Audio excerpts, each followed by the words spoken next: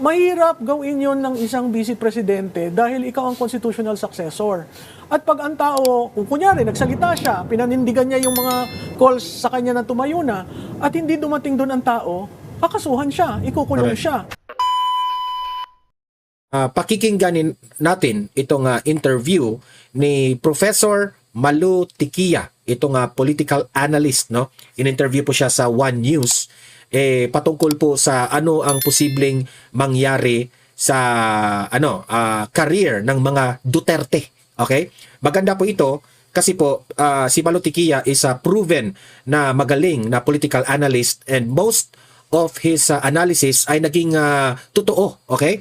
Nung predict niya dati na mananalo si VP Sara at si Bongbong Marcos, nangyari. So, maganda po ito, no, na mapakinggan natin itong si Professor Malu Tikia sa ano yung takbo ng politika natin dito sa Pilipinas, especially dito sa Duterte brand defined by former president. Okay? Is a political to beat. Yan ang sabi ni Professor Malu Tikia. Okay? At heto po, no, pag-usapan natin itong matinding banat ni Congressman Chua, kamukha ni Jackie Chan.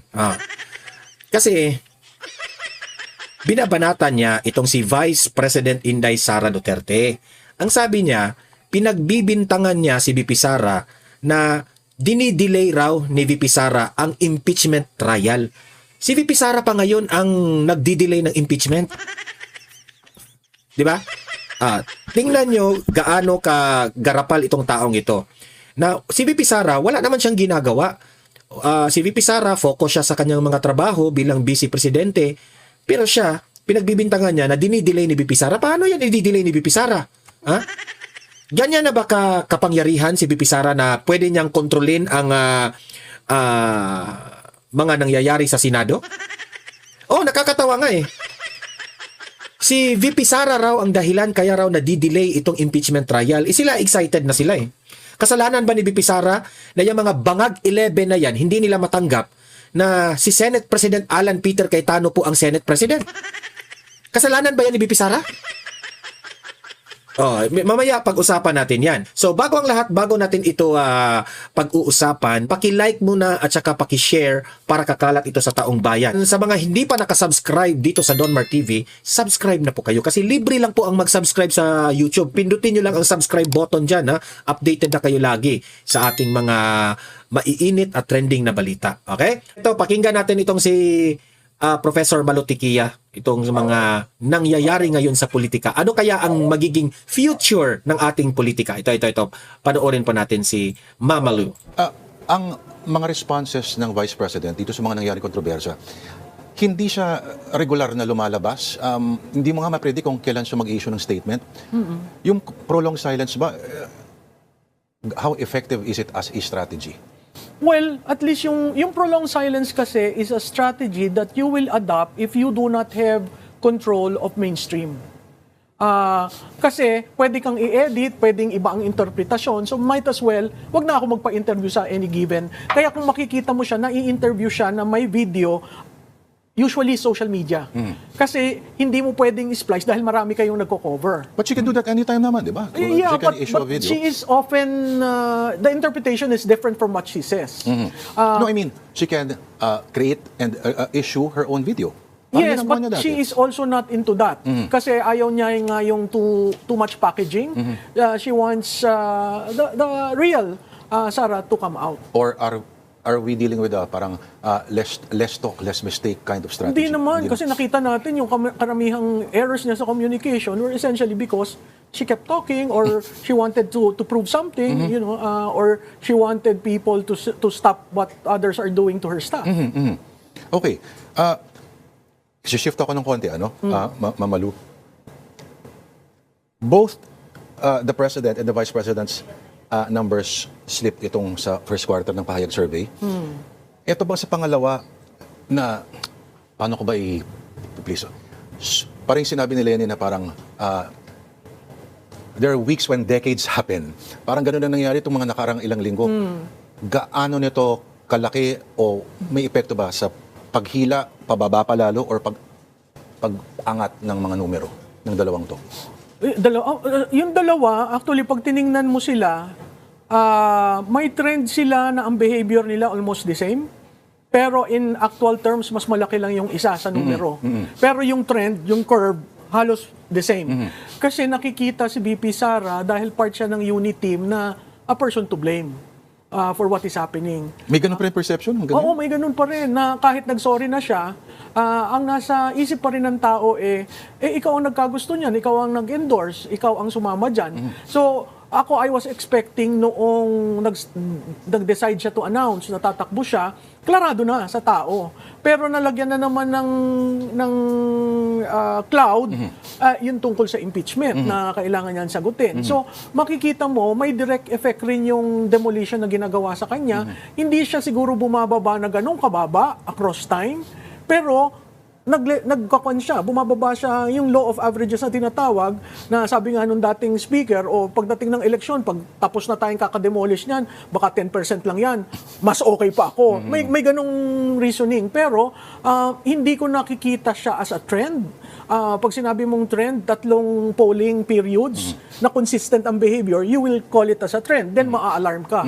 Pero ito, kung one snapshot lang, which is the first quarter, hindi pa naman nalalabas yung second and third, doon natin makikita yung pag-ungus ba, trend already na alarming, or momentum lang dahil may nangyari, nag-a-adjust. At makikita natin yung sa usapin ng impeachment, gusto ng taong bayan matuloy dahil gusto nilang mag-explain siya. You work with the Binay camp noong 2016.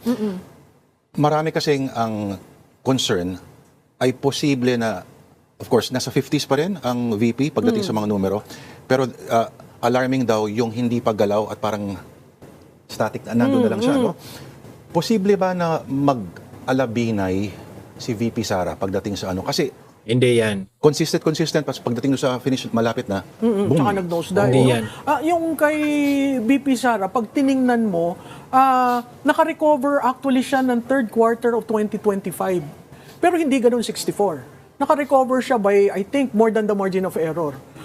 Tapos, biglang bumaba na naman. So, yung pagbaba niya, for so long as hindi bumaba sa 35% or yung worst case scenario sa 30%, okay lang yun kasi madaling makarecover. At saka katulad nga ng sinabi ko, pag nag-plateau ka ng 2 readings, ang Kabahan ka na. next reading, pababa ka. Pag nagkaroon ka ng trend ng 3 readings, ibig sabihin nun, yun, totoong numero na yun na kailangan mong ingatan na. Okay. Mama Lu, ito naman. Sa tingin pala talaga ay marami kasing nagsasabi na may Teflon effect pa rin kahit papano may Teflon covering ang Dutertes. Yung sinasabi nila na itong binulatlat sa house, yung mga pera sa bangko, etc.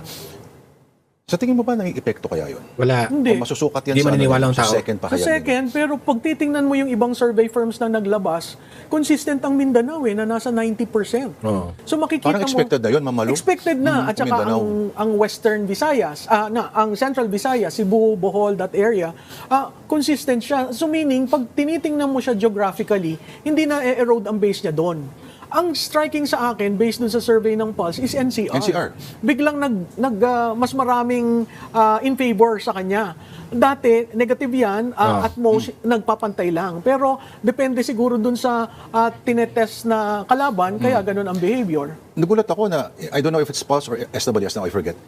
Lamang pa siya sa NCR. Yes, na, yes. Pro-impeachment. Yes. Aha. Okay, pero kagulat-gulat yun na normally, stronghold ng Visayas ng mga ano. Oo. Okay, Mama Lu. So, just to, Opo, sorry. about Luzon. Luzon will be the battleground for 2028. Not Mindanao, not Visayas, it's Luzon. And to a large extent where you Nandyan yung mga see ano some erosion or not picking up, it's in South Luzon, Okay. which includes Bicol, and Calabarzon. Ang Yun nga, gusto Calabarzon ko itanong is yan. not, Pera na ang labanan. Ang sinasabi kasi nila, ang bagong bagong Metro Mananalo Manila lang ngayon siya ay sa yung pera. Calabarzon na. Kasi in yes, terms of population. mga kalaban ni oo, Pilisa. Mega Manila. Oo, sabagay. Kasama pa rin sa bilang po yun. Malaking role ng NCR sa Luzon kasi media center siya. Opo. So, technically, na-e-echo sa ibang lugar. I see. Okay, Mama Lu, ang opinion ninyo na nababali-balita na ang posibleng mag-preside sa impeachment ay si Chis Escudero. Oo, nagulat rin ako doon kasi may nagsabi sa akin, una nagulat ako doon sa resolution na napasa ng Gatchalian-led na inauthor ni Senator Subiri, kung saan sinabi nila the majority will decide on who will be the presiding officer, which is contrary to our Constitution. The Constitution says the presiding officer for the President and all other positions is Chief Justice. Justice. Vice President is Senate President. So I was thinking, I think dito ko rin yung sinabi na in another show na napaka-importante na ang background ng Senate President may law dahil sa jurisprudence. Not the knowledge of rules and everything. It's essentially yung mapapalalim yung diskurso, mali yung iyong opinion kasi ganito yung jurisprudence dyan. Tapos nagulat ako na may ganong resolution na na-approve ka agad that would allow whoever is the majority to name the Senate, the presiding officer. And it turns out part of the agreement with Senator Escudero to cross is the ability to be the presiding officer. Hindi ba magandang balita yan para sa supposedly pro-Sara camp? Magandang balita dahil lawyer at nakita naman natin si Senator Escudero nung sinabi niya yung rason sa forthwith at siya ay sinang-ayunan ng Korte Suprema. Nakakatakot lamang kasi kung ang dahilan ng pagtawid niya ay concession doon, medyo baka hindi maging balanse. Pero ako ay humahawak pa rin doon sa punto na 16 ang votes needed to convict. As far as I'm concerned, until today, the 16 is very hard to come up Yung with. sinulat ninyo sa column ninyo recently, yung carrot and stick Oo. na sitwasyon, sa tingin niyo ho ba yung stick na part nito ay mag-work? Oo, nag-work. Kasi nakita naman natin. Plus yung ano pa, para makaabot doon sa sinasabing numbers that needed. Parang hindi sa tingin ko unless filean nila ng kaso kasi si Senator Jinggoy, si Senator Cheese, si Senator Bato, kung filean si Senator Go, kung filean si Senator Marcoleta, 'di ba? Si Senator Padilla. Oh, 6 na yan. Tapos kung ang sasabihin nila, kasi kaya nagiging issue yung majority na 11, kasi hindi nila binilang yung dalawa. Hindi naman sila resigned, hindi naman sila namatay. In fact, nandun pa yung dalawa. Why are you dropping them off? Correct. So if you consider that as an example, and there are 6 senators that will be Pero one, paano yun? Pababalikin si Bato? ay si Bato naman nasa right to...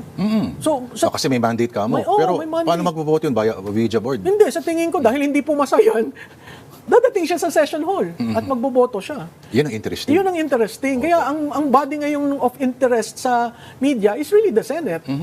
Mamalo, nagkaroon ng security threat recently ang Senado. Tayo-tayo lang naman nag-uusap dito. Meron ho ba kayong nababali-balitaan na may mas malaki pang mga pagkilos? Kasi, well, si Senator Lacson na mismo nagsabi na may mga ramblings na raw among the ranks of the military. Sa tingin ko, Lords, yung ramblings, nandyan yan hanggat hindi naaayos yung AFP, yung promotions, yung role ng Board of Generals. At saka yung role ng Secretary of DND sa mga appointments. Pag yan naayos, sa tingin ko walang ramblings.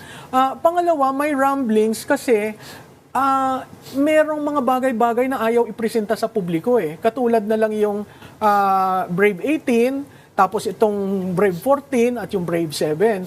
Hindi ko sinasang-ayunan lahat ng sinasabi nila, pero yung puntong ilabas mo dyan at pag-usapan at malaman natin na madali mong mapagsama-sama ngayon ng circumstantial evidence eh. So yun, kailangan mapag-usapan. Yun, kailangan dalhin mo sa public.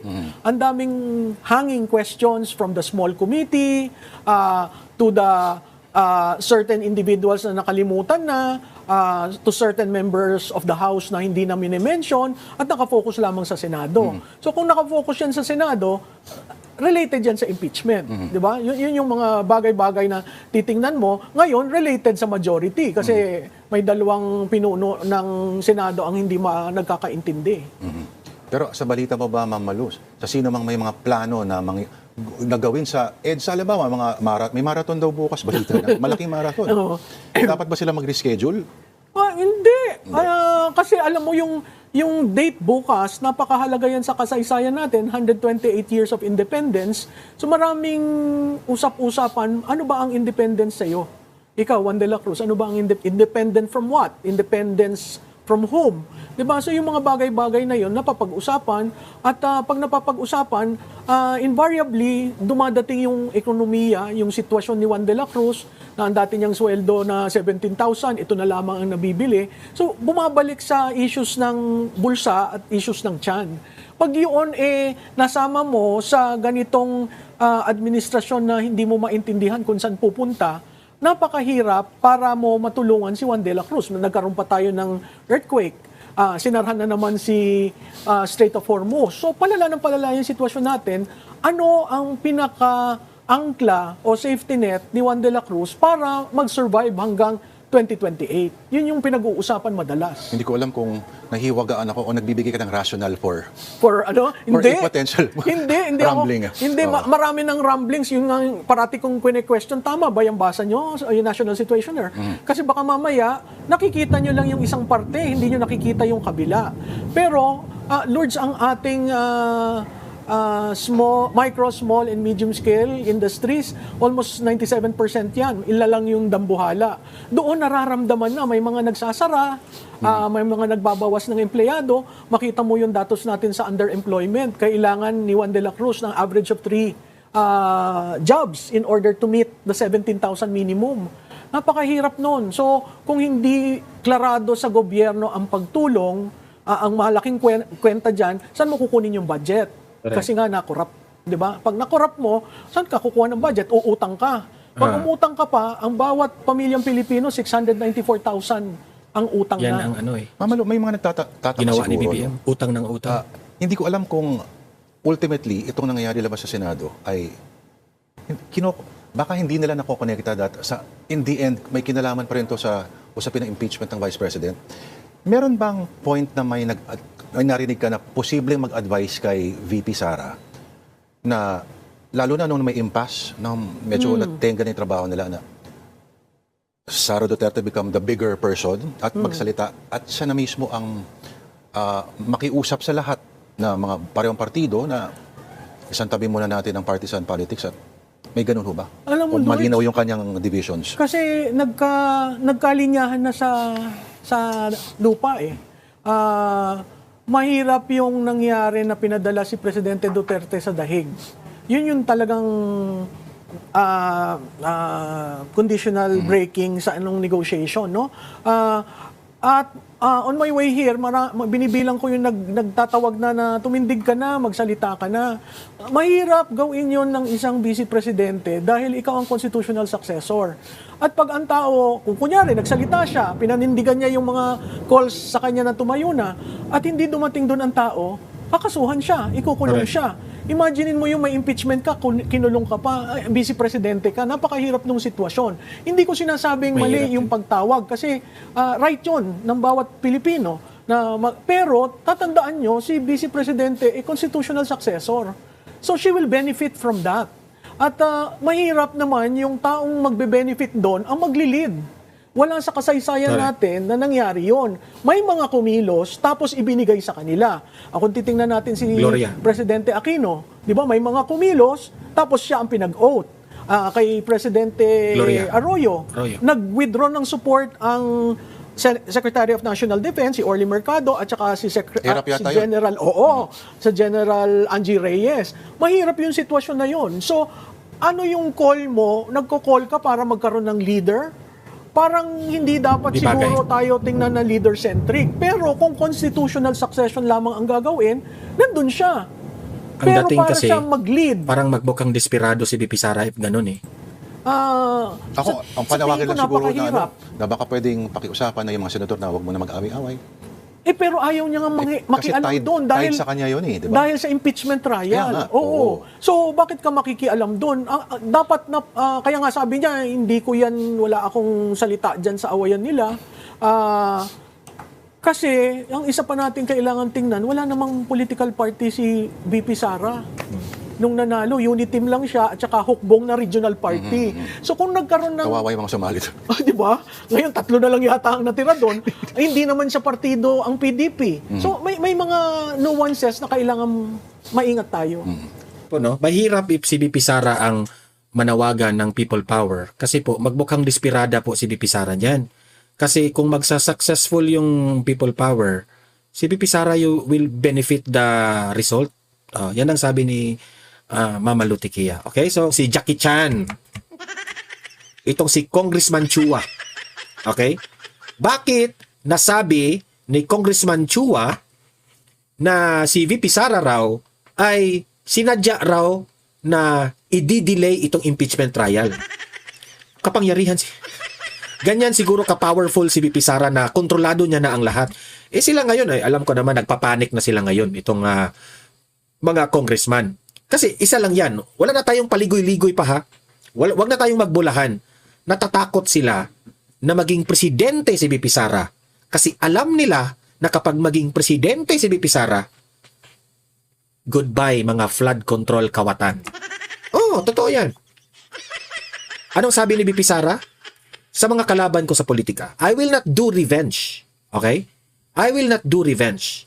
But, yung mga may sala sa ating gobyerno, yung mga nag-aabuso na mga government officials, mga politiko, mga politika na nag-aabuso sa pera, nilustay ang pera ng taong bayan ay mananagot. Yan ang sabi ni VP Sara.